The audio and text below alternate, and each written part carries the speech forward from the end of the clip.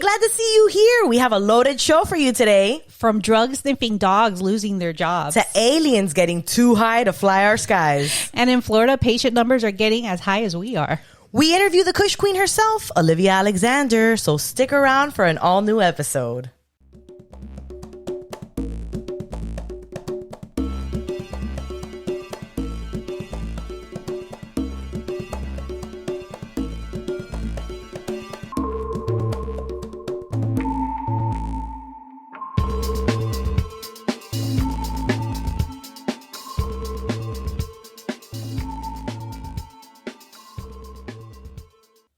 Yo, I'm Sunny D. And I'm Captain J. And we're the Pot Smoking Moms. If you like our show, please rate, review, subscribe, share, and just be friends with us on all social medias. PotSmokingMoms.com is the website. We have all of our events, pictures, all kinds of stuff there. So please check out our website. But before we get into the show, we got to start with our smoke sesh, right? Yeah, we got some good to smoke. If you got something at home, get it ready because we're about to do a smoke sesh with our sponsor, Fluent. Oh, it's my face.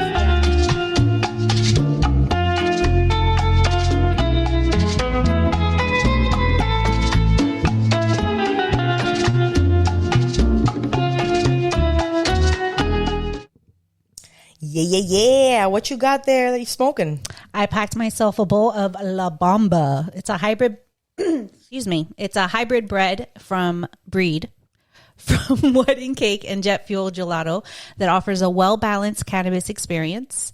Its aroma and flavor are characterized by a mix of citrus and pine with a gassy sweetness. La Bamba is a great for those looking for a boost of creative energy coupled with a relaxing body high. Carophyllene, limonene, and myrcene are the terpenes in this strain. Ooh. I got one that I like. I usually get at Fluent. It's called Locals Only. It's an indica dominant hybrid cross from ChemDog and Wi-Fi OG. Rare than a tourist at your favorite dive, Locals Only produces deeply relaxing physical effects ideal for a knockout night. Spicy pine and diesel aromas and flavors round out the experience best suited for seasoned consumers. In addition, users of Locals Only have noted benefits in relieving symptoms associated with insomnia, chronic pain, PTSD, and appetite loss. Cheers. Cheers. Cheers, everyone.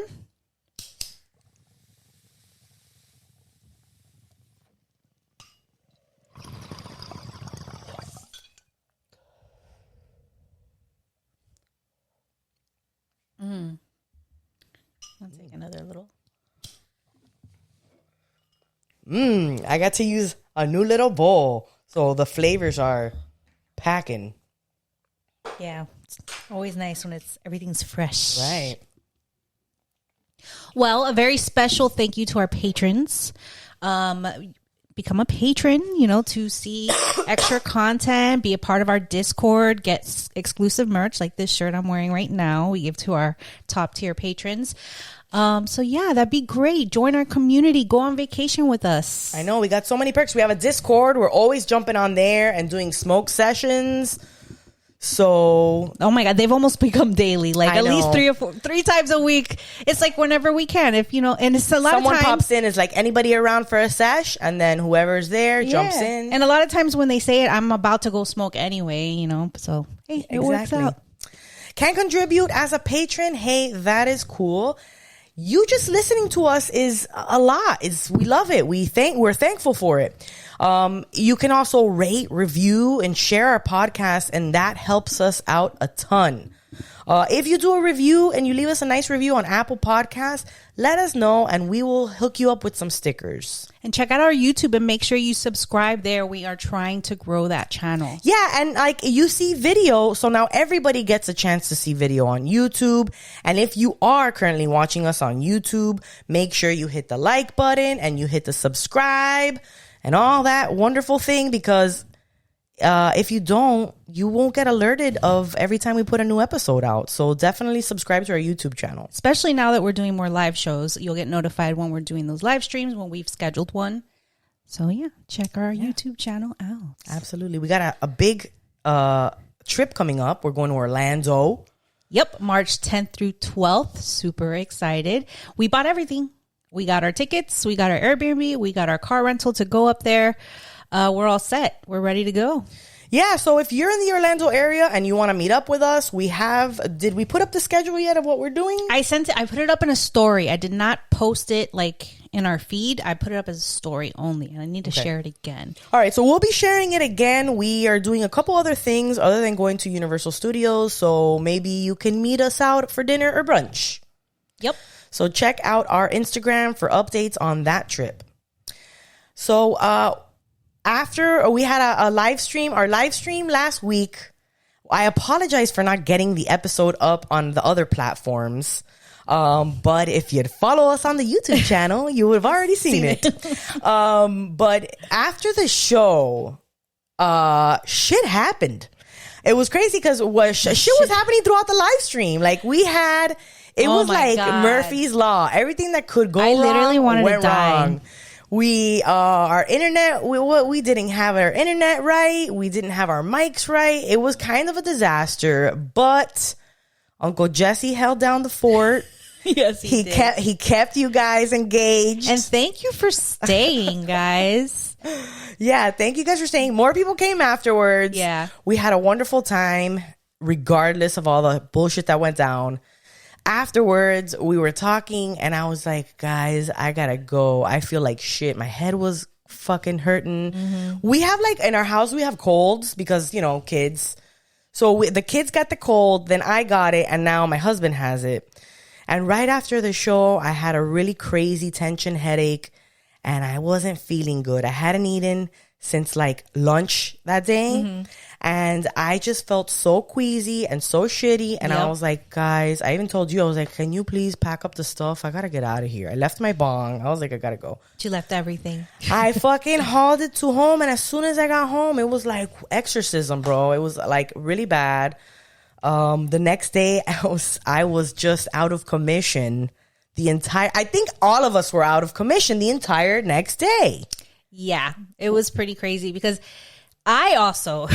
It was like someone put a spell on us or some shit. Somebody put some mal de ojo stuff, okay? Because it was literally ojo issues for me, okay? Yeah. I also had a headache during the live stream, and afterwards I had a bad migraine. And I went to bed early, took some medicine, and went to sleep. Next day, normal day, waking up. I normally go into the office, but I didn't that day because I had to go the following day instead. So I was home working. I eat a breakfast sandwich, having a regular day, and all of a sudden I'm working, and my eye starts to feel really itchy. A breakfast sandwich?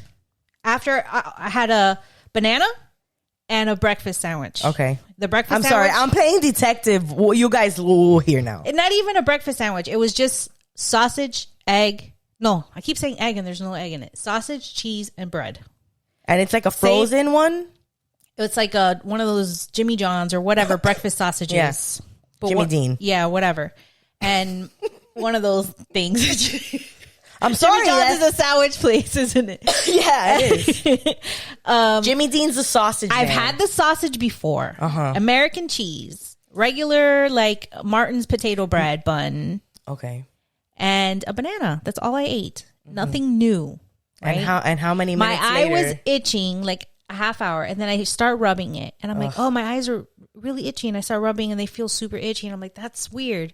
So I go to the bathroom, I wash my hands. Like you have sand in your eyes? Just really itchy. No sand. No, that would feel rough. Well, that's what a sty sounds like. It feels like it just something. Like sometimes I felt like I had something in there, like one little thing that was irritating me. But I went, washed my face, washed my hands, and then I look in the mirror, and this eye, which you could still see is a little swollen, was already getting a little swollen. And I was like, that's weird. And then it kept getting more swollen. And so I go take allergy medicine immediately. I was like, I'm having some kind of allergic reaction to something. I take allergy medicine. You hadn't looked at yourself in the mirror yet? No, this is after I looked at myself in the mirror. And I saw my eye was starting to get puffy. Okay. And then I try to like wait for the medicine to take and see what's going on, but my eyes are still really itchy.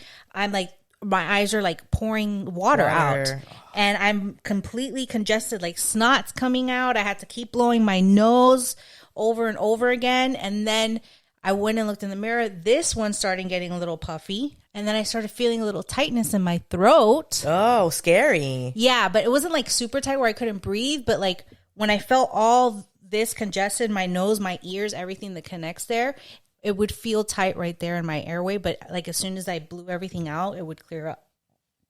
And it was scary. And I went to my husband. I was like, we got to go to the urgent care. This allergy medicine isn't working and I'm having a major reaction here. I've never had an allergic reaction like this before. This is brand new to me to be allergic to something. Oh, to be middle-aged and getting new allergies. Isn't it great? What? So I go to urgent care and they see me immediately because they see my condition and my eye's getting worse. And they asked me questions. I told them everything that happened. And then they're like, put me on an IV. You could see I have a bruise here now from it because I bruise every time I get stuck. And they put medicine in me to block the allergic reaction. They waited for a little bit and they're like, you should be improving already by now. And your eye is actually getting a little more swollen. So you need to go to the ER. Oh, man. And I'm like... Damn, bro. Because they told me all that they had to do was to do this medicine regimen, and then they were going to send me home with prescription to continue at home. Like antibiotics or something? No, like steroids. They're like steroids. Okay. To stop the allergy. And then I don't remember what the other thing was. Some other medicine. And I'm like, fuck. Now I have to go to the ER. They're telling me I need to go to the ER. I go there. By the time I get checked in, put in a spot, like go through triage, put in a spot and get seen, the swelling started to go down. So if they had just held me at urgent care a little longer, it probably would have been fine. And I could have just gotten the medicine. They jumped the gun. But I guess the swelling wasn't done getting to the worst point before the medicine was able to start taking its effect. You know, I got you. So I sent you guys a picture of my face. Yeah, we were when I got to the urgent care, and this was like, I guess it got a little bit worse after that. You could pop it up for a second, Jesse. Ooh, jump scare. That's scary. Like the TikTok sound. Ooh. So my right eye got so Oh my bad. God. I know when you sent us that, it was like all of us were like, what happened last night? We're all dying. What? It was crazy. It's like, and what's crazy is that Tito's better, and he also had a problem with his right eye. And I was like, this is weird. Yeah. We need to chango and we need a cleansing, guys. Sage and have somebody come up. Voodoo so now cases. I have to like go see an allergist to figure out what it was because I don't know what it could have been. I don't. And that is an arduous journey. So good luck because trying to find out this is driving me crazy. What Please your fix allergy, but what? Like I don't understand in your what you're face. saying. The things in your face. All right, I'm gonna pull it up this way, talk into it like this because it's just. No, you could have just moved it. It was like literally over your eyeball. You know, I don't know. Everybody's sick of seeing my face. No. Well, you're on YouTube now, bitch. I know. We gotta fancy it up. But allergies get like now you got to go through everything because what the fuck are you allergic to? I don't know. And now I have to go through that mission. And then they're like, you need to determine what you're allergic to because the next time you have an allergic reaction, it's worse. Every time you get it, it gets worse and worse. Oh my God. And they told me I should have an EpiPen just in case. And that was one of my prescriptions to get an EpiPen. Well, I would say, did you make an appointment with your doctor, your regular doctor? Not yet. I have to call and make an appointment. Yeah. To see an allergist. Yeah. You know, because this happened Thursday. Friday, I was still recovering. We're still fucking recovering. All of us are still fucked up. I'm still puffy-eyed. I'm not normal yet. No, for sure. Congestion off the chain. If you hear me, I might cough something up. I'm just saying, be careful. After the show, we need to do the egg thing. Even though eggs like are worth so much money right now. I know. It's like egg. It's like paying for eye cream. But we need a cleansing. We need a cleansing. I know. Anything to get the spirits in the right place. Hey, you know what's gonna get us in the right place? It's time for some news. It's time for some news, Nugs.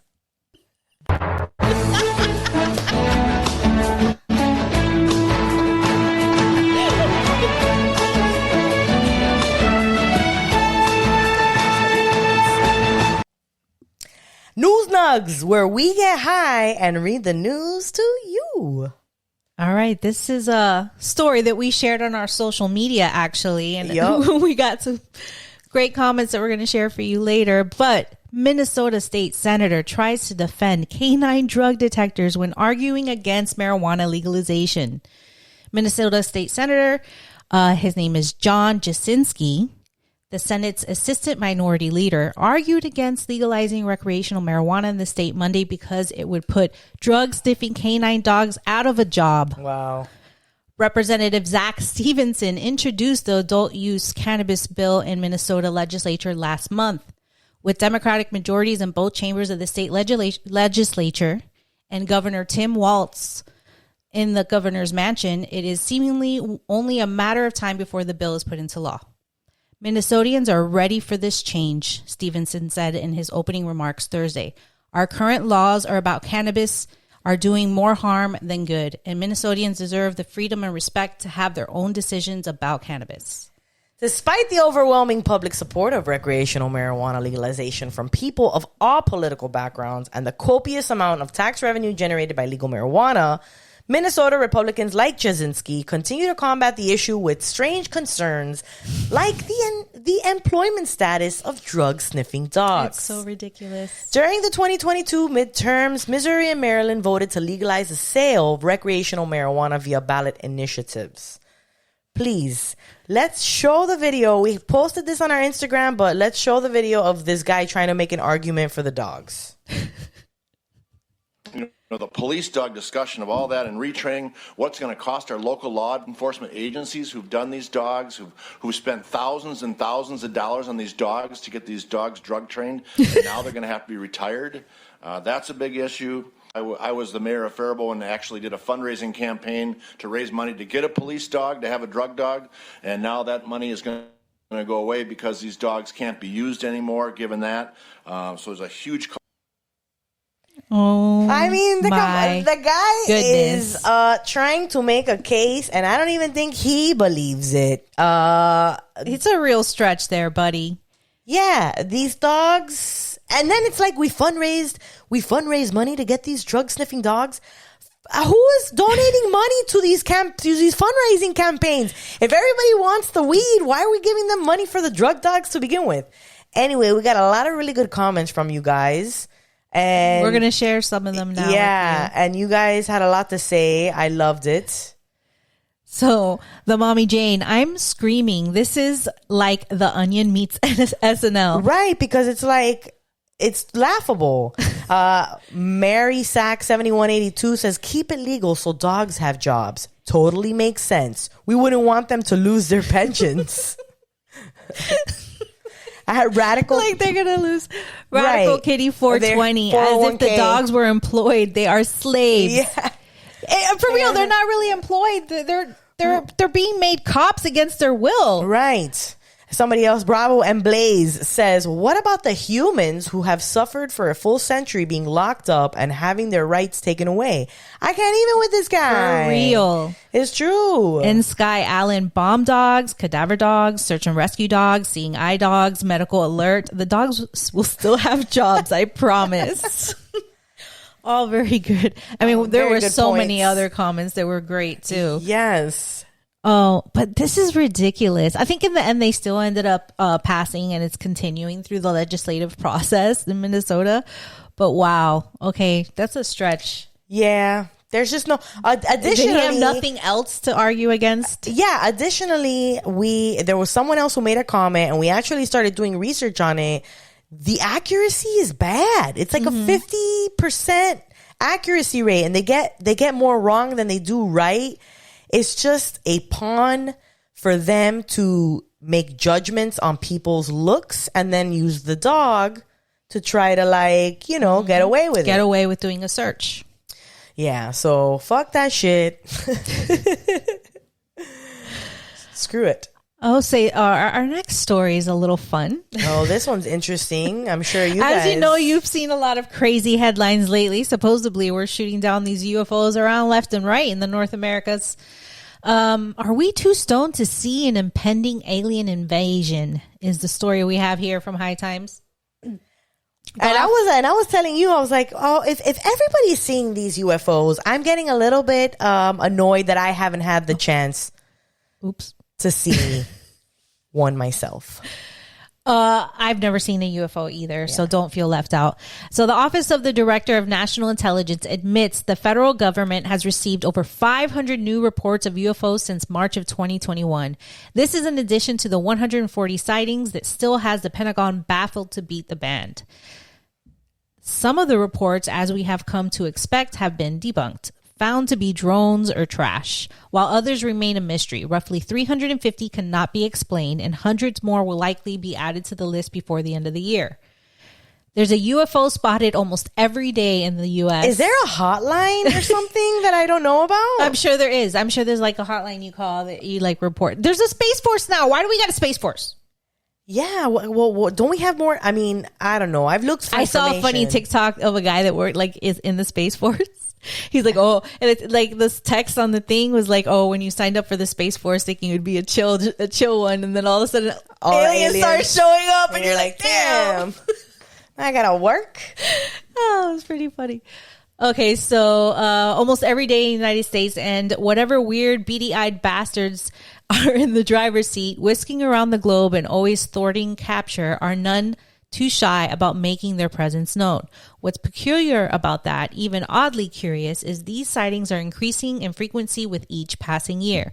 Some say it's a sign that the world is on the verge of collapse. Others think aliens, if that's what we're seeing, are just inquisitive. I, on the other hand, suspect the heavy USO presence has something to do with weed. After all, the uptick in UFO sightings seems to have picked up momentum right around the time U.S. started legalizing marijuana for adults 21 and over. Perhaps aliens caught a whiff of weed during one of their missions, and now, after decades of being somewhat aloof, they're looking to party. Hell, it's easy to see how we've piqued their interest. Drive through any legal state and the odor of marijuana is king, and if you're in Wynwood, even more. Weed is the unofficial state smell in places like California, New York, and even Illinois. Even in areas of prohibition like Indiana, my stomping grounds, the scent of skunk, the author of this article's Their stomping grounds. Yeah. The scent of skunk wafts through the air so aggressively these days that some of us can't even remember what the outdoors used to smell like before. Perhaps all the pot smoke drifting around has finally reached outer space, giving extraterrestrials just enough of a contact buzz to not only show a renewed interest in our little fucked up part of the universe, but show it without fear. Yep. Alien ships may have started habitually showing themselves all over the country simply because there's a lot more marijuana being smoked down here than when their ancestors first started coming around. I honestly think they've always been coming here since the get because of the weed. It's possible that a recent radio signal captured by the giant meter wave radio telescope in India from 9 billion light years away might hold the answers. How do you even have that technology? That's just mind-baffling to me. Scientists are, of course, champing at the bit to try and decipher the message to see if it holds any secrets of the universe. They may, however, be extremely disappointed to learn that the communication is just some otherworldly being scouring the vastness of the macrocosm for a plug. Take me to your dealer. Oh my God. Then again, maybe there's a dark side to their arrival. Yes, sirree. The winds of change do in fact reek of weed, quite possibly enough to give our interterrestrial counterparts reason to believe that we, as a people, have abandoned all hope and are now resolved to just letting the good times roll until the world is pulled off life support. Watching from above, these creatures have likely stood in shock and awe, seeing some of the more enthusiastic stoners curled up in a ball after consuming too many edibles. Begging for someone to call 911. Oh my goodness. Have we ever had, I've never gotta been. be a movie of like a stoner alien, like an alien getting into, Weed, a stoner alien movie? Or, yeah, right? There's gotta be one. Are we like, if not, we should make one. Yeah. Oh yeah. They've also almost assuredly witnessed on more than one occasion some overzealous cannabis aficionados gripping the toilet bowl after one too many dab hits. Oh my goodness. You guys party hard. I can't be on the toilet. I can't be doing those things. On the toilet after too much Taco Bell, but I don't know about the dab hits. I think it does mention Taco Bell later. We're a mess. How could space beings not be out there contemplating the stability of the human race? Rest assured, if the aliens are curious about anything as it pertains to humankind, it has nothing to do with our intellect or civility. It's how we continue to thrive, hate, and lead unrelenting oppressions against our fellow man from the drive-through of a Taco Bell. There you go. But then again, maybe they're really impressed with our ability to smoke copious amounts of weed and remain functional. Even if we're undoubtedly cut from less intelligent DNA, there's still a good chance that we could be friends. That is, unless they see this newfound stoner state of mind as an opportunity to dish out spinning anal probes of torture. Ugh, pain beyond pain. All of humanity writhing in agony. It's payback, bitches, for what Uncle Sam and his legion did to their homes in Roswell back in 1947. Sure, nobody really knows the extent of the government's fuckery back then, but people like Area 51 whistleblower Bob Lazar are of the opinion that we roughed up whatever beings were in the wreckage and got them to spill their guts for the sake of advancing our technological endeavors and taking control of the world. Wow, this guy's going. Yeah, without alien knowledge, it is presumed the U.S. wouldn't be as advanced as we are today. So it goes without saying that their plot for revenge has been a long time coming. I suspect these beings, wherever they're from, don't give a good goddamn of the Geneva Convention or what is considered cruel and unusual punishment. There'll be an orgy of ultra-violence in the streets, and no, that's not a metaphor. I hope you're ready. Jeez, this guy's really dark. I mean, I know. Aliens don't have to be all bad. Yeah, what if it's not bad? I mean, I'd want to punch us. To be honest, but we're destroying this planet. Yeah, They're we're probably pretty like, awful. These people don't deserve this place.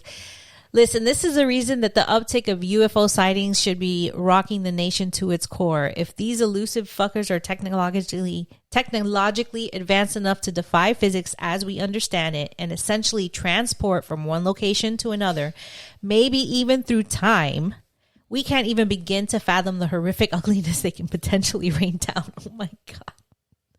Oh, so dark. Oh, well. Let's just get stoned. Don't sweat the small stuff. It is what it is, man. We all have to die sometime. Oh my God. The population has grown so cavalier towards the concept of UFOs and aliens. Many still don't believe it's possible they even exist, despite the fact that these impressive crafts have been witnessed countless times by military pilots, become part of controversial congressional investigations, and even spurred NASA involvement. Somebody's driving these things. Don't you want to know who? Nobody cares. We've survived COVID and weed is legal and the industry has been deemed essential.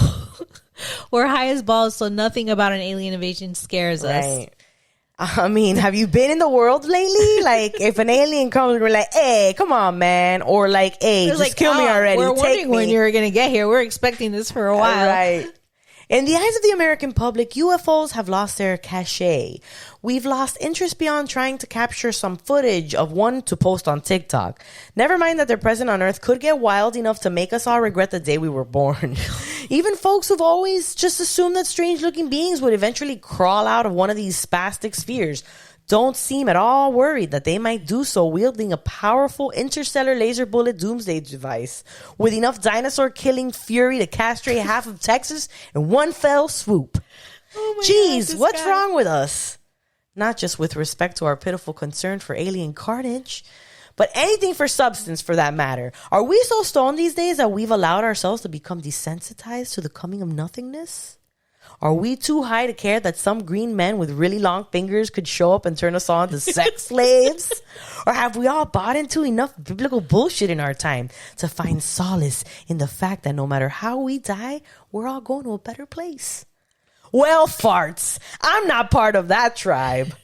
Faith has no place where there's a significant threat of a metagalactic colonoscopy. Oh my God. Perhaps instead of producing weed strong enough to mimic brain death, we should be working to grow an herb that allows us to communicate with these fuckers and get them to calm down. This guy is paranoid as fuck. I, for one, want to send them a strong message. I don't have no problem with you dudes. Oh, sure. There will be those like Cheech Marin who think I'm just being a paranoid pothead like Captain J over here. I'm with Cheech. That if these beings wanted the hind ends of humanity on a stick, they would have stuck it in there a long time ago. Yeah, I suspect that these creatures are playing a long game, one chock full of psychological warfare. Truth be told, despite the prevalence of UFOs today, we still don't know anything more about them or what's behind the wheel than we did in the beginning. And that was precisely Jack Squaw. They could be friendly. They could be monsters. They could also be looking for love or wanting to get high. My advice, for what it's worth, is to keep a stash nearby just in case. This story is so funny. Oh my God. God. Can you hear that? I think there's a transmission coming in.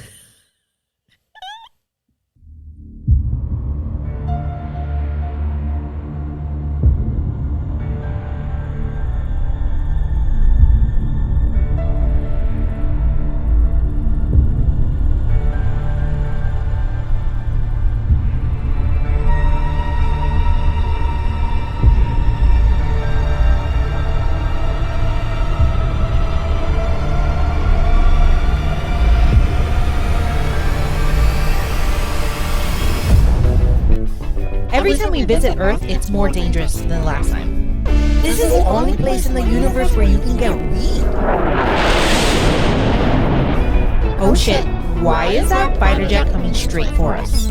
Oh, did we forget to put up the what do you call that thing? The little thing with the cloaking shield. Hurry up, drop the weather balloon decoy. We gotta get the fuck out of here.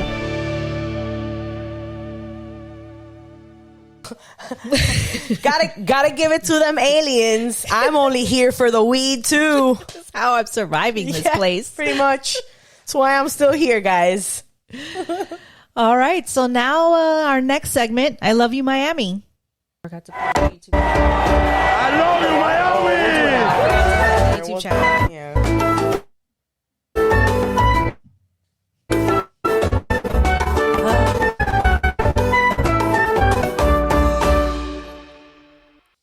All right, so Florida's medical marijuana patient count grew 71% in the past 2 years. Woo! All right, getting our numbers up there. So according to the official in charge of Florida's medical marijuana program, the number of active patients has increased 71%. Christopher Kimball, the director of the Office of Medical Marijuana Use, provided statistics at the Florida House Healthcare Regulations Subcommittee, Tallahassee, Wednesday, as they discussed the medical marijuana industry in the Sunshine State. Kimball told the committee that the office is doing what the office is doing to ensure patients are receiving safety tested medical marijuana and that it does not end up in the hands of children. Kimball said that applications submitted by caregivers to access medical marijuana for their clients has increased over the past 2 calendar years by 46%. And overall, the number of applications has averaged an additional 100,000 applications each year. Kimball added that over the past 2 years, active patient numbers have climbed up by 71% from 455,425 active patients in 2020 to 779,465 by the end of 2022. According to Kimball, the number of qualified physicians with certifications rose by 102 from 2019 to 2020 to a total of 1,725 in 2022. Wow. The Office of Medical Marijuana Use is part of the Florida Department of Health and regulates the medical marijuana industry, including the development and implementation of rules and oversight. It also maintains a database of physicians and patients who qualify. Kimball's presentation went over some recent enhancements to the medical marijuana user registry, and it included same-day approvals, the creation of a qualified physician document dashboard to allow physicians to manage required documents for their patients, and the implementation of daily dose limits. Also included in these enhancements is the ability to track the purchase of medical marijuana by caregivers, and additional security measures have been implemented on database to protect customer privacy. So that makes sense. So as soon as they had that same day approval ability, it became a lot easier for patients to be getting approved. We're getting more patients. In terms of patient privacy, Kimball said that access to the state's medical marijuana database is only allowed by law enforcement if the patient is part of an active investigation, and that the privacy of those on the registry is a top priority. The office does not regulate doctors, according to Kimball, however. The Department of Health oversees their medical marijuana certifications, practice, and quality assurance. Medical marijuana treatment centers are required to test the product for both potency and for any contaminants using a marijuana testing laboratory before selling it to customers. Currently, there are 11 certified testing labs in Florida. Each treatment center licensee should be cultivating, processing, and selling its own marijuana products to help with the accountability. So if anything is found to be unsafe, it can easily be traced back to the source. Yeah, that's the vertical integration. So State Rep Allison Taint, Democrat in Tallahassee. Tant. La pobre, no le hagas eso, my God. Allison Tant. I'm sorry, Miss Tant. Jesus. She's like, oh, everybody gets it wrong. Tant. My bad. Your brain's in the gutter. Why does taint have to be that? Taint? What else is a taint? It's the soft area between your butthole and your nutsack, or your butthole and your vag hole. Is that not? Poor Allison. You just fucking gave her a new one. I'm sorry. That's awful. It's all right. How about when you taint something? Oh, yeah, tainted. You're right. Why does it have to be your asshole Sorry, thing? my mind's in the gutter. My bad. Tainted. Yeah, but you say tainted. You don't say, oh, that's taint. Whatever. Right? It's tainted. The ED. It's past tense. Okay, moving on. Allison Tant. Allison Tant asked Kimball about Delta 8, a federally legal THC synthetic cannabinoid, which has been shown by some research to be unsafe, and how the DOH is preventing Delta 8 from getting into the hands of patients and minors. There are no approved Delta 8 products being dispensed in Florida's dispensing facilities. I have children too, so these things concern me, Kimball said, adding that there should be perhaps a deeper conversation on the sale of synthetics, but reiterated that they are not being dispensed from licensed facilities. Further refinement to rules and regulations will be worked through the DOH via workshops, and to ensure transparency, the public will be able to put their own opinions or concerns forward during these workshops. They used to have Delta 8. I remember Trulieve had used to carry Delta 8. Cards. I do too. I remember that too. They used to. They might have removed them and they don't have it anymore, right. But they did have it at one point. Mm-hmm. So, yeah. I don't know. I feel like, yeah, Delta 8, they need to do they need to do the research. They need to do the research on all kinds of things. But like, that is very easily accessible right now. Yeah, because it's a loophole, right? Yeah. It's a way for people to sell it legally. But they're looking to change it to be, I think I saw an article that they're putting it as a Scheduled 1. The Delta 8 part? Yeah. Yeah, well, I mean, it's about time. I mean, it's been around for a minute now too. And now there's everything. There's THC. Oh, there's too many ones now. There's too many different kinds of, like, come on. Hey, thanks so much for tuning in this long. You have come to the interview portion of our show. We are so happy to have Olivia Alexander on the show today. We had a wonderful conversation with her. She is the CEO of Kush Queen, author of Creative Stoner Journal, and the Essential Guide to Cannabis for Women. She's an influencer, an actress, and we talked to her all about her wonderful company. Here is our interview with Olivia Alexander. We hope you enjoy. We were really interested in having on the show to hear how Kush Queen came to be. How did it come from you starting off working out in a dispensary to being a CEO of a huge corporation, Kush Queen? Well, it's kind of one of those stories where it's like, be careful what you wish for, because you just might get it. And I really, when I started as a bud tender, like I wasn't one of those people who had this like vision, I didn't have it then. I just love being a bud tender and I love selling weed. And then every single day, people came into the dispensary day after day after day. And yeah, there were people coming to get high, but most people, because I'm a talker, huge talker, big mouth over here. Mouth of the South is what my fourth grade teacher called me. And I just love chatting people up and hearing about their glaucoma and their cancer and their, AIDS and all of these things. And I was just like, this is crazy. Like the whole experience as a bud tender, it shaped the way I look at cannabis, the way I think people should use cannabis. And then it just gave me that connection to the plant and to the product. And then I was just like, okay, this is like what I have to do with my life. But I truly, at that time, thought Kush Queen was going to be Sisterhood of the Traveling Pants, but with weed. I wanted to make content. I wanted to make a movie. I wanted to make documentaries. I was an actor growing up my whole life.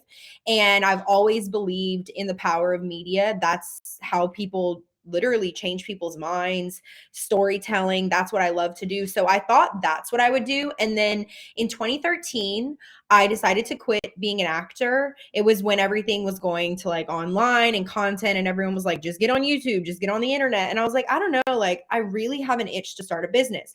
So for 6 straight months, I did nothing but hot yoga, smoked weed, and asked the universe to give me the next big thing that I would do. And I said I wanted it to be a business.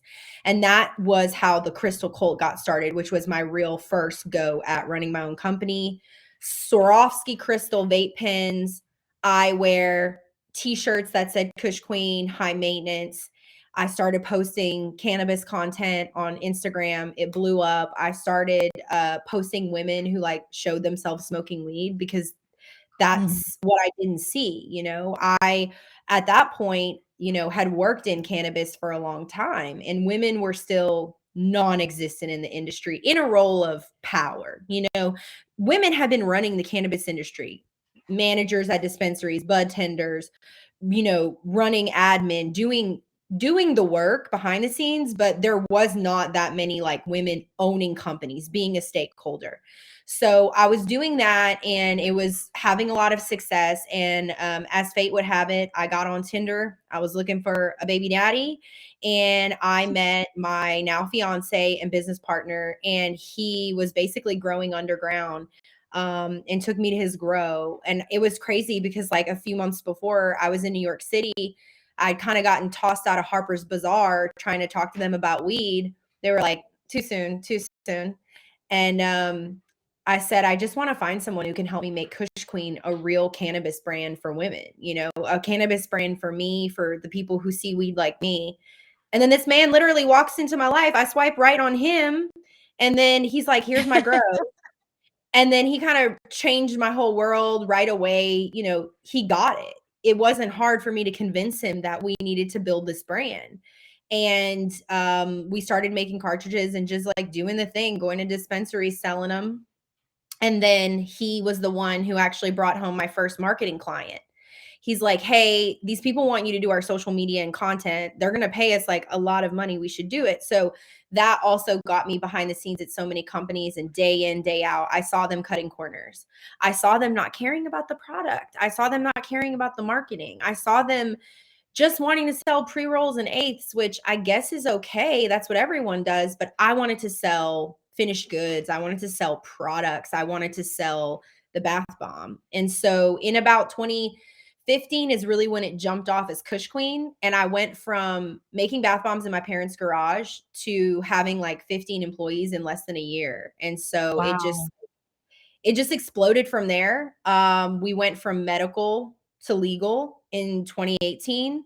And then hemp CBD blew up online. And because I was always online, I was trying to sell CBD in like 2013, but you could get on a list then, So it's really just been a true organic business, a true turn a dream, chase it, build little by little. We've only ever had a small portion of angel investment. We've done it all ourselves. And some days it like takes my breath away when I think like what happened after I just chased my dream, And so now I think we have 50 SKUs. We're in the compliant market in California, hemp online. I've written 2 books, crazy. We've done a collaboration with a nail salon chain called Bella Cures in SoCal, where you can get a canicure. You've been able to get that for the past 6 years. It was supposed to be just like limited, still doing it. And then we did the Alice and Olivia collab. So it's just been absolutely crazy to see like how far I could take it just by betting on myself and just saying like YOLO, Can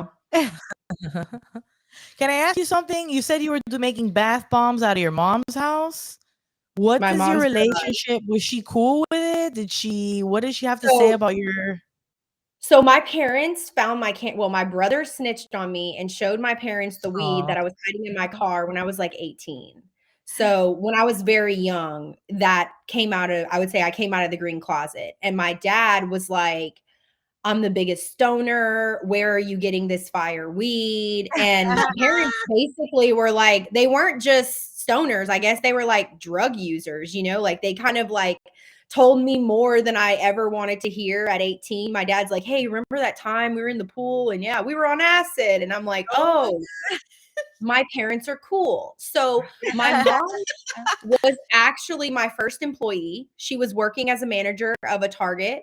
And my dad said, you can't quit. The business is still too rocky. She's not making enough money. That's our health insurance, And she did it anyways. My mom literally quit her job without my dad knowing. And then 2 weeks later, my dad's like, she's not gone to work in weeks. I'm like, yeah, because I've been paying her. So that was the beginning. And then my parents have just been, especially my mom, she'll say, I'm the real Kush Queen because she is. She formulated the bath bombs. My mom just grew up in a small town in Louisiana with a single mother. She dropped out of college. She didn't know where she needed to be. And she's a product creator. She's a formulator. She's a hustler. And every day in, day out, no matter how many times she quits or I fire her, she's there. And she's sort of like one of the secret sauces of how we've been able to make it. I mean, when I used to do the cannabis cups and Chalice Festival, if I would like need weed or more pounds or more vapes or crystal dabbers, you name it, she was driving them to us. She used to work some of the shows with me. And, over the years, I've just been really lucky to have a mom who has a relationship with the plant. Yeah. That's an And amazing that support Such a system good- you have you there. have such good support. I mean, that's you're I mean, like where you're at now shows that you had that support. That's great. I tell people that all the time when they say like, how do I do this? And I'm like, if you can have the support of your family, if you can have a relationship with your family that's honest and that's rooted in, the truth, and they can support you in that, it's invaluable. It's almost more valuable than if they had Absolutely. given me $5 million to start my business, Yeah. because over the years, my mom also going through her own health struggles. My mom was on Ambien for 10 years. We got her off of Ambien because she got a brain tumor. She went through a crazy brain surgery where they removed the tumor from like the back of her neck, cut her whole head open. And in 6 weeks, this woman bounced back. And the doctors were literally like, what did you do? And she said, cannabis. As soon as she got out of the hospital, she's like, I don't want these pharmaceuticals. They make me feel like shit. Get me my weed, get me this medicine. And so, just having her be open and supportive and sort of relentless in the pursuit of my dream. We had her in a photo shoot a couple years ago, and holy cannoli, that woman on a set though, diva. But I get it from her, I get personality, I get my fearlessness, and I'm just like, I kind of owe everything to my mom. So she's the wind beneath my wings and then some.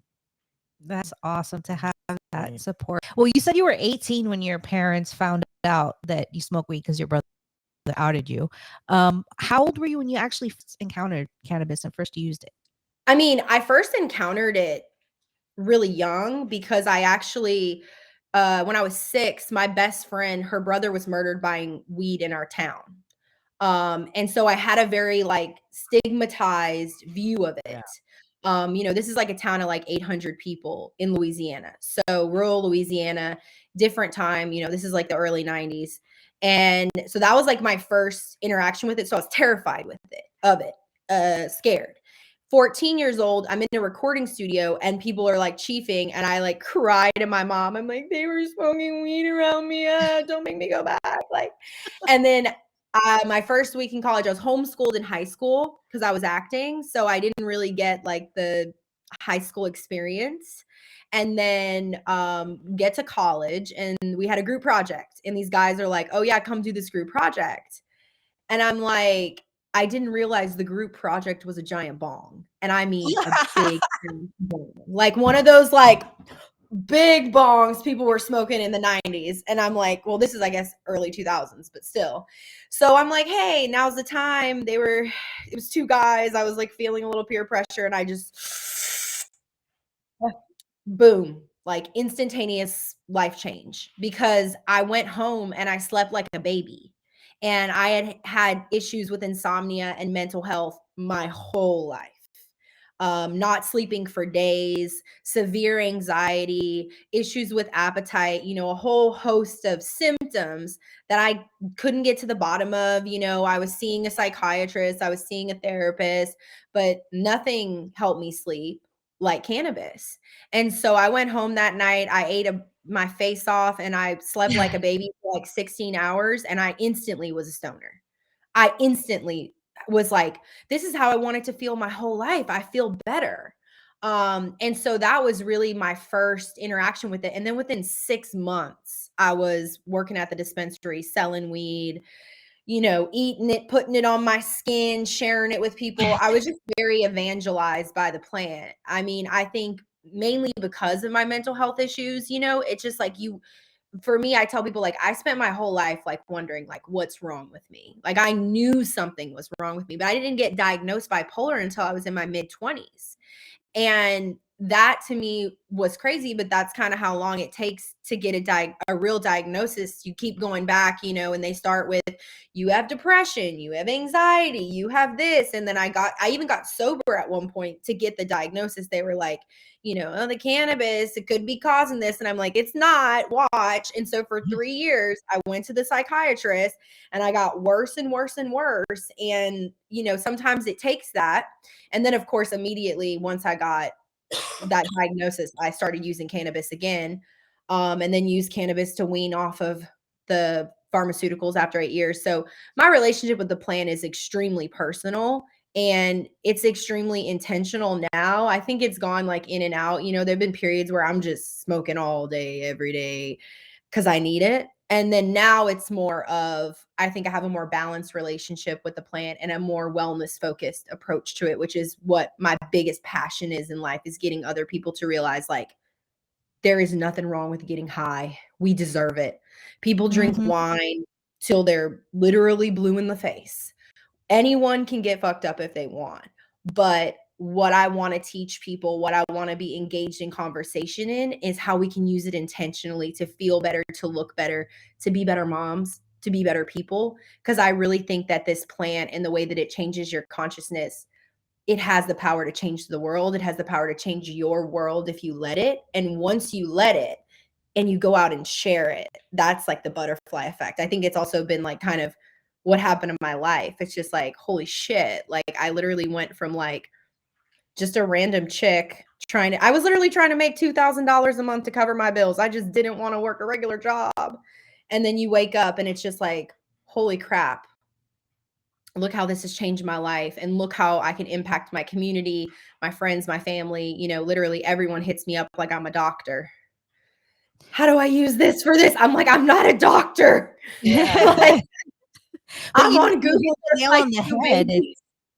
You hit the nail on the head. It is a wellness product, and like people, like the stigma around it is like, oh, you're just getting, but you don't realize, and I didn't realize until I started this podcast with my, when we started this podcast about the endocannabinoid system, and then it was like, this makes sense. This makes sense why it helps me with so many different things. And then now there's all these different kinds of products that you can use. So can you tell us some of your most It's popular our most products? important body functions. The ECS is regulating your most important body functions: sleep, mood, appetite. It's communicating with your central nervous system. The natural cannabinoids are in breast milk. Natural cannabinoids are inside of our body. Some people's ECS works better than others. Some people have less receptors than others. Your ECS is as personal as your fingerprint. That's something that blew my mind when I learned it. So that's the other side of it, is like, we're constantly being triggered by our environments. Our bodies are very fragile to everything: stress, what we're feeding it, what we're exposing ourselves to, all the things. So, I wanted to create a product line that would allow people to use a lot of cannabis repeatedly. That's sort of my other big philosophy in the philosophy at Kush Queen. Elevating you daily. It's the idea that I want you to use cannabis every day. You know, that was something that I faced a lot of stigma early on when I started sharing with people, like, I just woke up, I hit this vape. They'd be like, oh God, you're a drug addict. And I'm like, well, if that's how you want to label me, then okay. But when I wake up in the morning, especially when I was really symptomatic, like I was awful, you know, and I was sensitive to sounds. Like the way my family would eat their cereal would set me off, you know, like it wasn't logical. So I smoked weed in the morning and then I'd come down and I'd be pleasant to my family. And like the way my brother was chewing wouldn't absolutely make me want to go off, you know, or something bad happening to me in the morning, it would spiral my whole day. I could not get a hold of my emotions. So I faced a lot of people saying like, oh, you shouldn't be using cannabis in the morning, you shouldn't be using it during the day, you should only use it at night. And I'm like, no, like I see this plant as a carrot. And no one is telling people don't have carrots every day. No one's telling people don't have this carrot for lunch or in the morning. So I wanted, but you really can't chronically smoke, you know, like I was hitting a bong every morning in college. You can't really smoke like that. Over time, it does have some negative effects on your body. I mean, I used to hawk up stuff that I'm just like, what the hell is this, you know? So the bath bomb was kind of the first place that I wanted to go. And I had tried other cannabis bath bombs before. You know, we were not the first people to make a cannabis bath bomb, but we were the people to put it on the map, you know? And it's really just because your skin's your biggest organ. And it's an amazing tool full of your receptors. Your ECS receptors are all over, you know, in the skin. You submerge in a tub of water, you're taking on the essential oils, you're taking on the cannabinoids. You feel like a new person when you get out. And so in the beginning, laughed me out of the dispensaries. A bath, you want us to sell a bath bomb, you know? And then people started buying a ton of them. And from there, it just sort of spiraled. And then we were just like, okay, how can we develop products that are intentional, that are intelligently designed, and that maybe people are making, but we can make them better, better ingredients, better pizza. No, I'm just kidding. That's exactly what happened in Every November. time I'm like, oh, we gotta say it now. I love these. But yeah, and then then I saw, you know, Foria was doing a lube, but I'm highly allergic to coconut oil. If I put coconut oil on my vagine, it will turn into a gigantic situation, like it won't work. And I'm like, that's not a lube, that's a marinade. Let's make a real lube. And around that time, Michael, my partner, my fiance, he developed a water technology, a nanotechnology. This was like 2015. And I was like, hey, like I'm weaning heavy off these drugs. Cause I was like, I got to get off these pharmaceuticals. You know, I'm more stable than I've ever been. Now's the time. You know, there's not a lot of conversation in the mental health community around how addictive pharmaceutical antidepressants and antipsychotics are. But when you literally give a human a pill that is designed to be taken every day, you have to take it every day. And then your body builds a tolerance and then you need to take more. And then you're 8 years in or 10 years in, you're about to go through serious withdrawal. You know, I tell people like, you can get through it. I got through it. People get through it every day. You need cannabis. You need tools. And so I was really struggling again and then dabbing like insane amounts. Like my rig was always hot and ready in the corner. Let's just say that. I was literally like dabbed out for months, but then I was like, I'm having brain issues. Like I'm not as functional. And so that's when Michael started experimenting with our shower gel, with the lotion, with other ways that I could consume significant amount of cannabinoids without having to smoke or vape all the time. And that sort of is how the product line got developed. And then from there, it's our community, our customer base, because we built one online outside of the dispensaries. You know, we have over 50,000 customers at Kush Queen. We have a robust email list that has about 6 figures of people on it. We're constantly in conversation with them. If somebody writes me a bad review, we reach out. We want to know, what are you on? What are you eating? Why is it not working? You know, I'm really passionate about developing technology that allows, you know, cannabis products to be created better, but it's all coming from the place of, I want people to feel better. I want people to use products that I think engage the plant in a way that she shines. And also, frankly, from a business perspective, in a way that I can survive this industry, because there's always going to be people out there who are going to be able to grow more weed than me, make pre-rolls. Anybody can make that, but like not everyone can make tens of thousands of bath bombs in a single week. And that's also given me a place as an independent woman-owned business where I'm of value to these cannabis corporations. Even though we are a cannabis corporation, like we're not an MSO, we're not a billion-dollar company by any means. And so it's really given me my own platform and leg to stand on, and developing unique products has been a huge part of that. That's awesome. Yeah, I mean, by the sounds of it, you do have some very unique products. What would you say has been the hardest part of starting and running a cannabis business? All of it. I mean, not quitting, resilience. Yeah. All of it. Luckily, I love it so much. Like to this day, even I love it almost more than anything in my life other than my family. And the reality is, it's probably the hardest thing you can choose for your life, to be a business owner in this space, even being a content creator, even what y'all do. You people don't realize, like, you have a dream, but the dream is like climbing up a smaller version of Everest, and there are just landmines everywhere, suppression from algorithms, bad companies who don't pay you, uh people judging you. I mean, shit, my parents' bank accounts getting shut down over the years. My dad's like, we're on a list. I'm like, oh shit, sorry, dad. Like there's just constant challenges because this is an emerging industry. But I think if I did anything else, I'd be bored. It wouldn't be as exciting. I wouldn't be in alignment with my passion. And being a woman, being outspoken, frankly, not giving a flying fuck about any of these other people and what they're doing has been my platform. And that's the energy that I stand in. It's fairly unhinged all the time. And I love it. I just love it. And at the end of the day, I think people respond to it because it's truth. I'm building in public. I build on social media. People see when I have issues. People see when people come for my wig. I'm pretty much like letting it all hang out. But I think that's the future of business just in general. And I think that the cannabis industry needs real ass people out there in the trenches.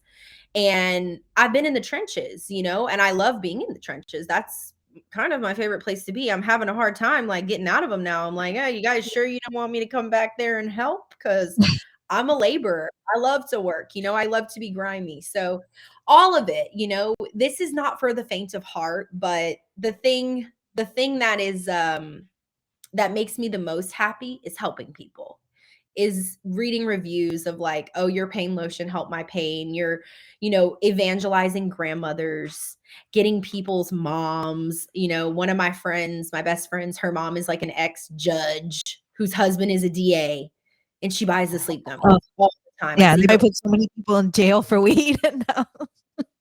Yeah. And I mean, I think also that too, it's just like being able to have a brand that we can do good for. We can raise money for organizations I care about. We can give free product to people who need it.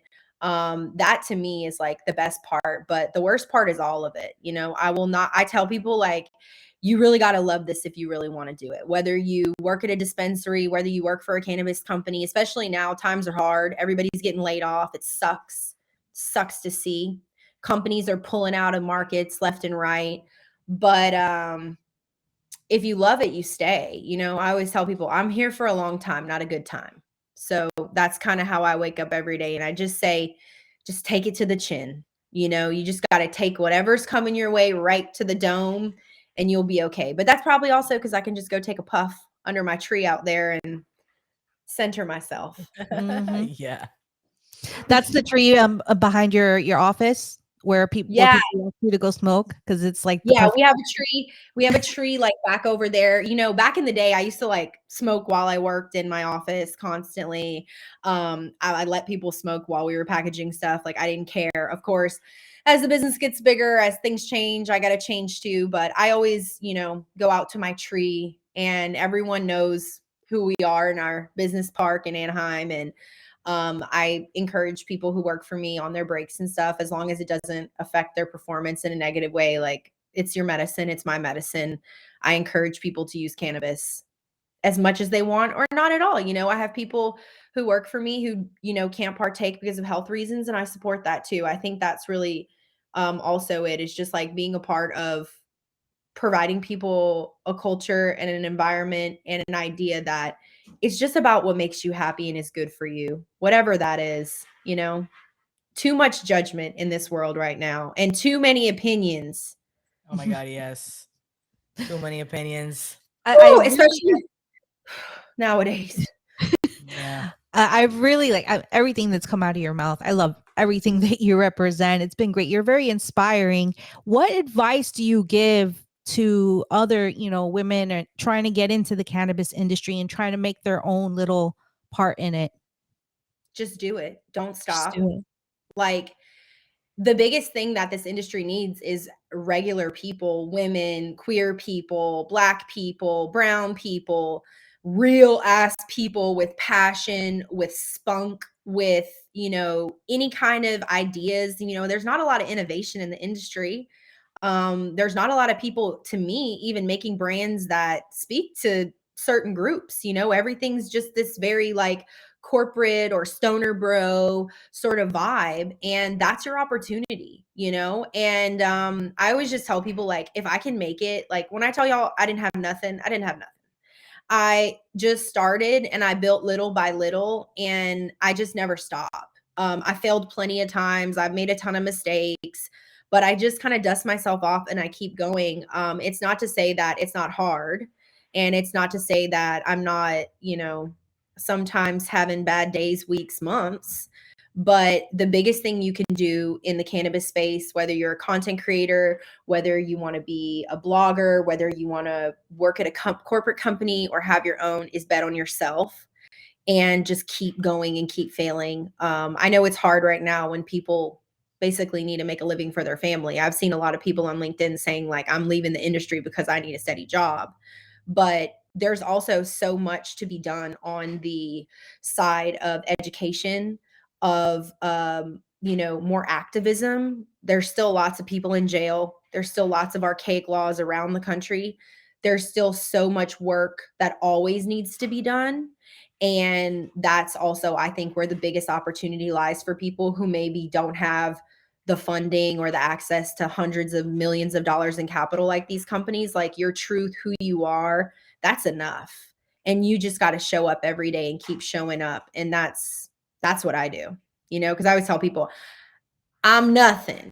Like, if you saw where I came from, you'd realize, oh, nothing. And I just always am like, I'm Beyonce in my mind. Let's talk about your books for a minute Yeah, here, sure, because you have a lot going on. Like, how do you even find the time to The Essential write? Guide to Cannabis 2 for Women, books. and then was the Creative Stoner Yeah. Journal? Yeah. Yeah, this is the Creative Stoner Journal, and then the Essential Guide to Cannabis for Women. So that was just like an opportunity that came to me. I was not like, I've always loved writing. I still blog for Kush Queen. I try to do as much writing as I can. I've done some guest articles for like Psychedelics Today, some opinion pieces and things like that over the years when I've gotten the opportunity. And then this company, they pretty much predominantly work with influencers. So they look for someone who's creating content in the niche. They go to them, they help you learn how to write the book, they help you with the outline, and then they give you the word count, the whole thing. So for me, it's really just been, I did it because it's a great learning experience. Did I have the time? No. Was I on the verge of a nervous breakdown every single day that I wrote the Essential Guide to Oh, I Cannabis for bet, Women? girl. Yes. I But bet. literally, deadlines. I'm in the cannabis industry. My deadlines are flexible. Okay. I'm in charge. They're like, okay, we'll receive 25,000 words in 10 days. Bye. And I'm literally like, I never get stage fright. I got a little stage fright. But once I got into it and like got back into realizing like, this is what I know. Like, I know this stuff. It's just about putting it down on paper. But then, the only part of the process that was annoying was just like, you're writing a book. So they want to look at the research. They want to look at the proof. so much of what is out there about cannabis is antidotal. So much about the research that has been done has been to prove cannabis is bad and harmful. And look, medical research can even be skewed and biased. I try to explain that to people all the time. You have to see who's funding this, why, how big the group is, So I had a lot of back and forth, and then the night before the book came out, I had a complete breakdown. Like, I was just so nervous and scared. Like, putting something out there like that was a lot, even for me, who just always puts it out there. And then, hilariously enough, the day that book came out, The Essential Guide to Cannabis for Women, they were like, oh, we have this stoner journal project that we're trying to do. We think you'd be great to do it. And I'm like, another book? Really? Like, oh, damn, I just got finished doing one. But I did it and I love it. And it's really just about, sharing in knowledge, helping people, understand how to use the products, how to navigate a dispensary for the first time. When I read that prompt and they're like, we want you to basically like talk someone through going to a dispensary for the first time. I'm like, so you want me to write about teaching people how to buy weed? I can do this. I got this. I sold just weed. an amazing opportunity that I never thought would come to me. And hopefully the universe is listening, because I'd love to write more books focused like on the industry, on sort of like, I want to write a juicy tell all about all the bad shit that I've seen, and really like let people know like a lot of this stuff that people say about the cannabis industry is true. Obviously, oh my God, please share. Please do. Can you please share? Give me one. All right. One thing that is very known in the cannabis industry. Give it to me.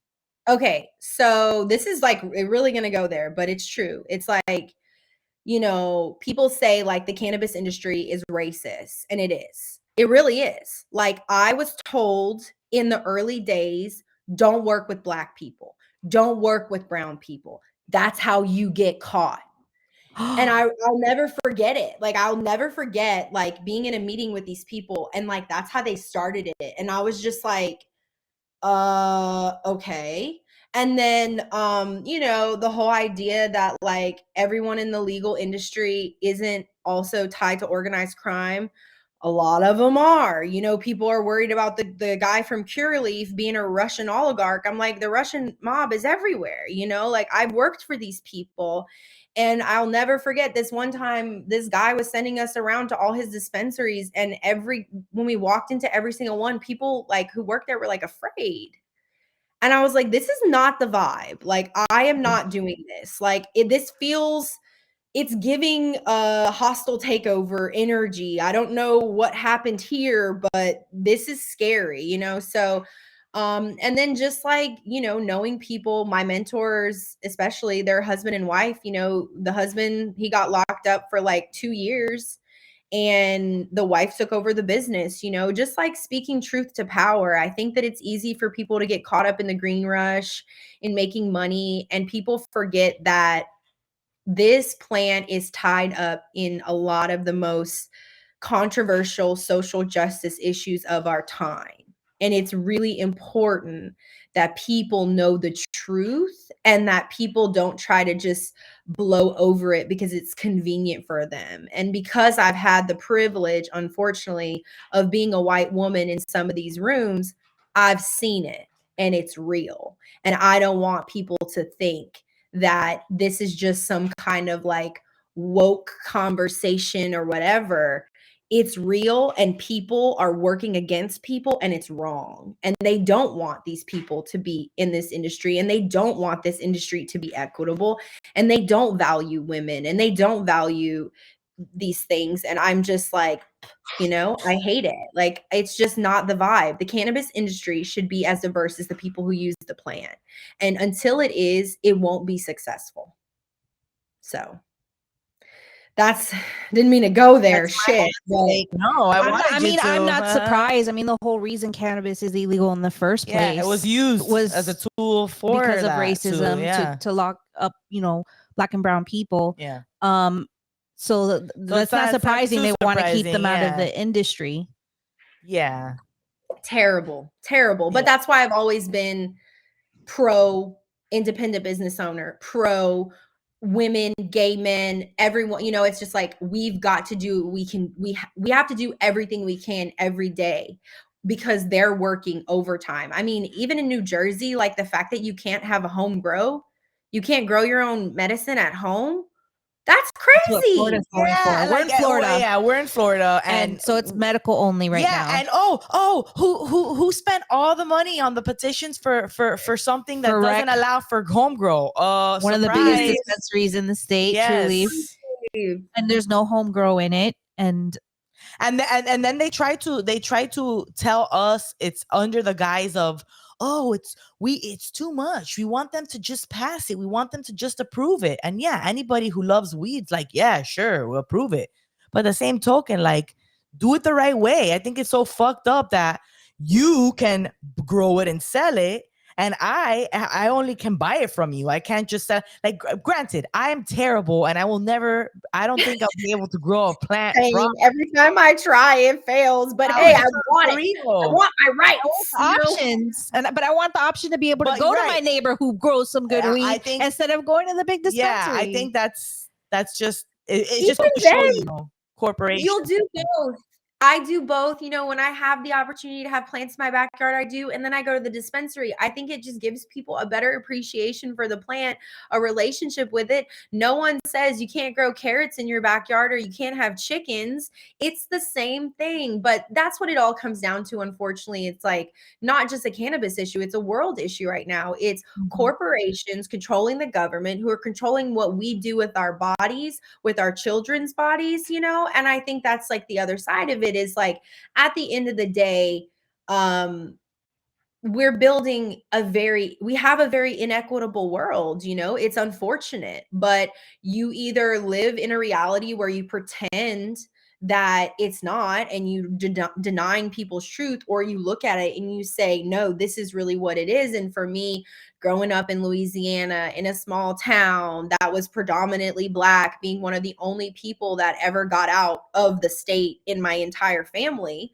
you know, it gave me this certain perspective of the world. And then when I got into cannabis, it was like putting a magnifying glass on it, and then being behind the scenes at these corporations, hearing the kind of conversations people have, hearing the truth. You know, they didn't know who I was back then. I was just a little worker bee, but I always had my ears and I was always listening and watching. And I think that's just the hardest part right now, is getting independent business owners, consumers, everybody grouped together to understand that it is a new drug war. It's just a drug war against corporations who want to control our medicine, most likely sell us low-grade product for the maximum amount of money. Danger, danger, danger to the employees. There's no worker protections. Right. And then we're supposed to consume this, which is such a personal thing, you know? And I think like that's really just what I've always tried to speak truth to is, as a consumer, you have to arm yourself with as much knowledge as possible. There's a little part in the book that I fought for, how to be a conscious cannabis consumer. I didn't see people talking about that. How do you be a conscious cannabis consumer? You research the company. You research who owns the dispensary. You try to see who you're supporting with your dollar, because our dollars are so powerful. And the moms of this country, and they control it all.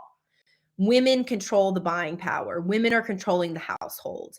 Women have the power. And I think that's also what it is. Like, we just haven't heard that, you know? And that's why we have to be empowered to know, like, what we do when we purchase, who we support. It really does matter in this industry, especially because they're just such bad people working to take away our freedoms and take away our access, or control our access. You know, now it's like, okay, well, we have weed, but we want to control it.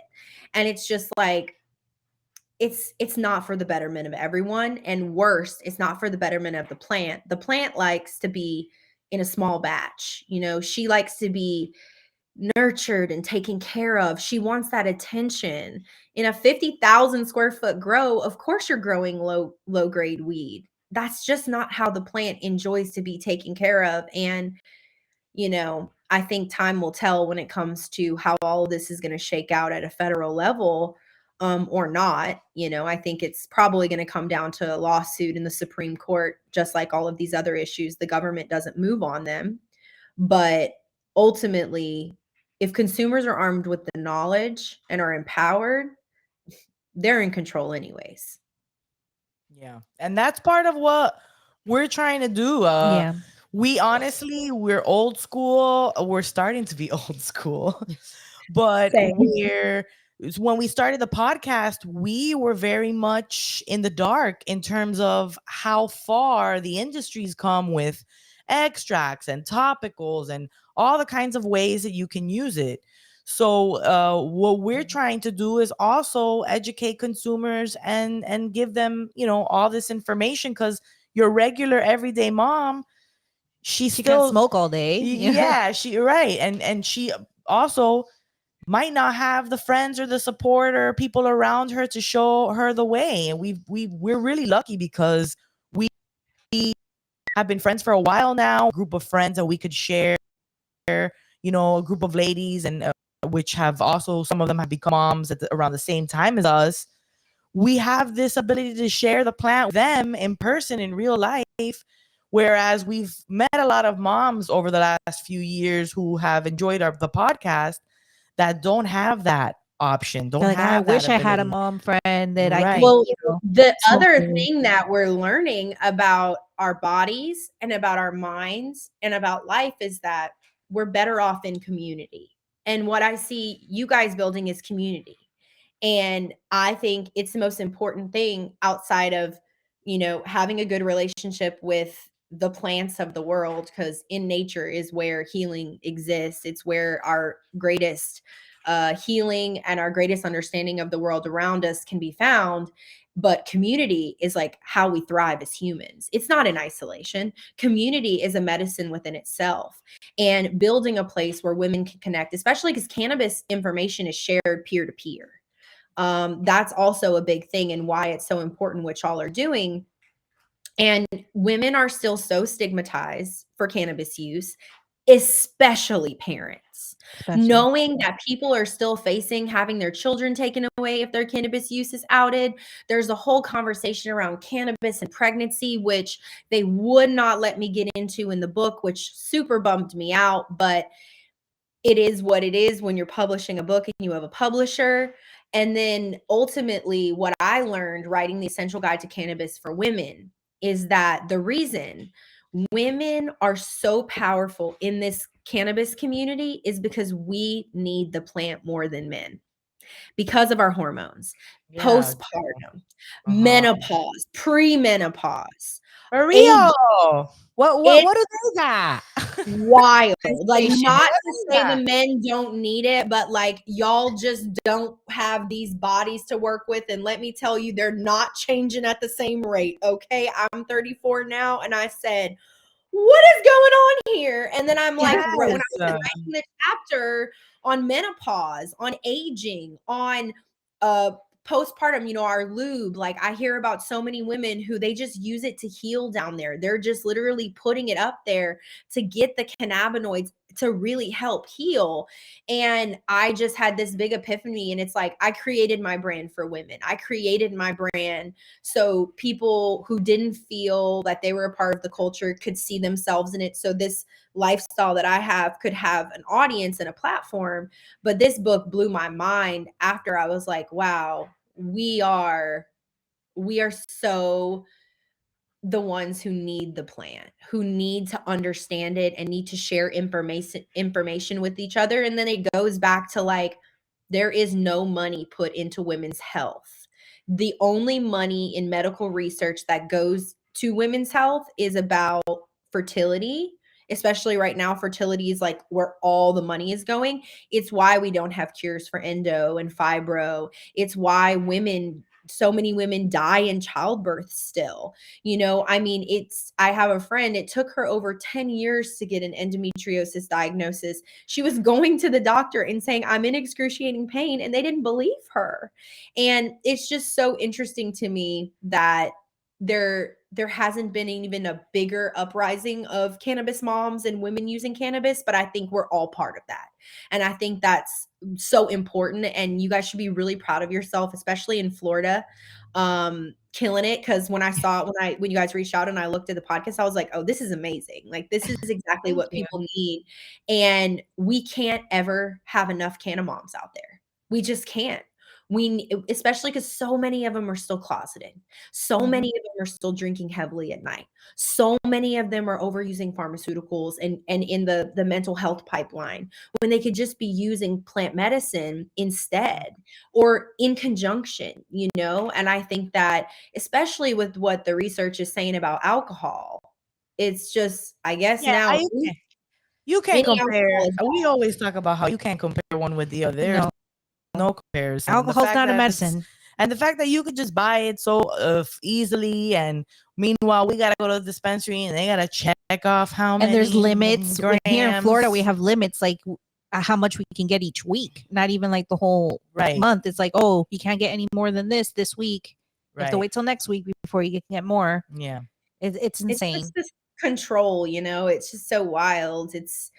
And you know, in some ways it's like I get it, and then in other ways I just don't get it. But I think we're gonna be that generation that's gonna just like bust this wide open. I mean, I we're hope still so. we're still not in power in the way that we're gonna be in the next 10 to 15 years. And I think that's when we're gonna see just more change when it comes to these laws, and hopefully we'll get something at a federal level, and a lot of these tight medical markets will open up.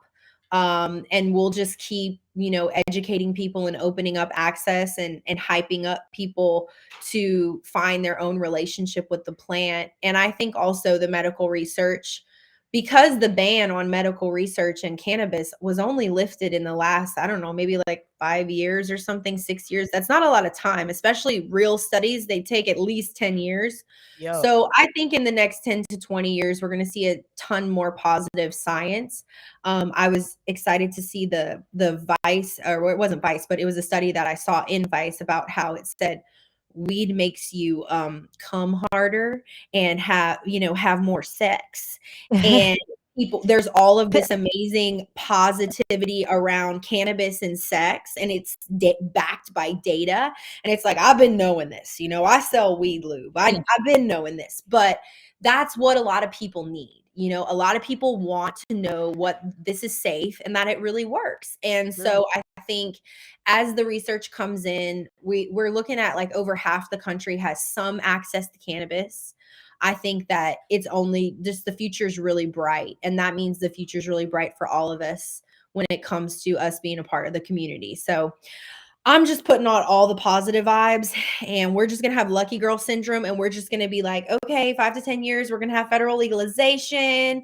We're going to be able to buy cannabis more freely. The liquor section is going to get smaller. The weed section is going to get bigger. And we're going to be able to, you know, really show people the way. Cause I think that's also what it's about. It's like, when you can coach people and help people find the right dose or the right product for them, or just change their mind. You know, when I have these people who are so anti-weed and then they're like, oh my God, your gummies, I love them. I'm like, that's my favorite. That's my sauce.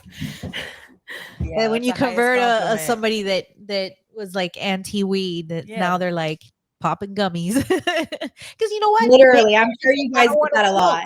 Get a good gummy, you know, get a good edible or a tincture or something that works for you other than smoking. You know, it's just a matter of finding what Tinctures. regimen works for you. Exactly. Tinctures, edibles, topicals, transdermals, patches. There's so much more than smoking. I think that even the way that they perpetuate the joints and the weed and stuff, I think it keeps a lot of women away from the plant. And I think once they realize like, oh, I can have a microdose gummy, I can have 3 grams. I'm sorry. Yeah, 3 grams of a dose instead of, 30. Then they're like, oh, I can clean my house. I mean, nothing I love more than getting high and cleaning or organizing or getting a spreadsheet, or understanding like not all weed will give you the munchies. We sell a THCV product, which is an appetite suppressant. And the minor cannabinoids, there's just such a great world for people to discover. And I think it also teaches people how to listen to their bodies, which is something we're not taught.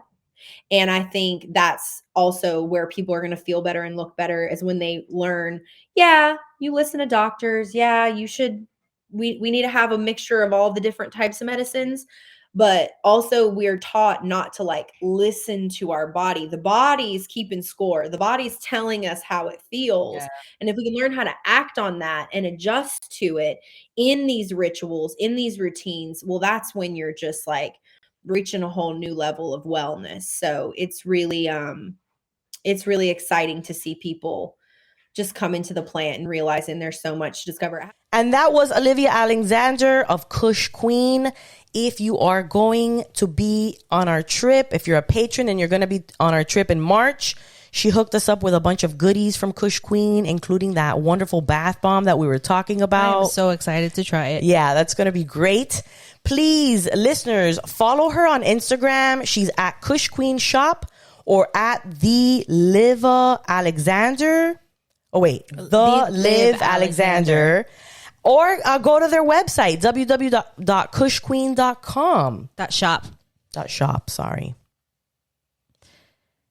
Yeah, that was a great interview. She's self-made with the help and support of an amazing mom that was very supportive of her and going into the industry. And it was such a pleasure to talk to her. It was wonderful. Hey, you know who else is a wonderful? You. Our patrons, especially our patrons. We know you're listening as well. We love you guys. And our sponsors. So thank you to our patrons in the rotation and OG patrons: Yanni, Destiny, Lauren, Jesse, Christy, Denise, Meredith, Peaches, Natalie, Angelina, Jenny, Catherine, Jay, Chrissy, Guillermo, Diane, Gabby, Leslie. and Leslie. Also, thank you to Fluent for sponsoring our show. Hey, you too can become a patron for early access to episodes, additional content, full uncut versions of our interviews, access to our Discord server, exclusive on trips, goodies. We give our patrons lots of goodies. Yes, definitely lots of goodies. So thanks for watching our show. Subscribe, rate, review, share our content. Check out PotSmokyBumps.com. See you next week. Bye.